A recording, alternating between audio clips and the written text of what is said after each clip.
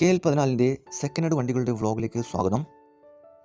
ഇന്നത്തെ വീഡിയോയിൽ നിങ്ങളെ പരിചയപ്പെടുത്തുന്നത് നല്ലൊരു കിടിലൻ മാരുതിയുടെ സ്വിഫ്റ്റ് ഡീസൽ വണ്ടിയാണ് വിൽപ്പനയ്ക്കുള്ളത്.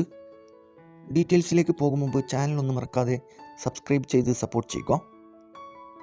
നിങ്ങളിപ്പോൾ കാണുന്ന ഈ വണ്ടി 2015 model Maruti Suzuki Swift VDI diesel എഞ്ചിനാണ്.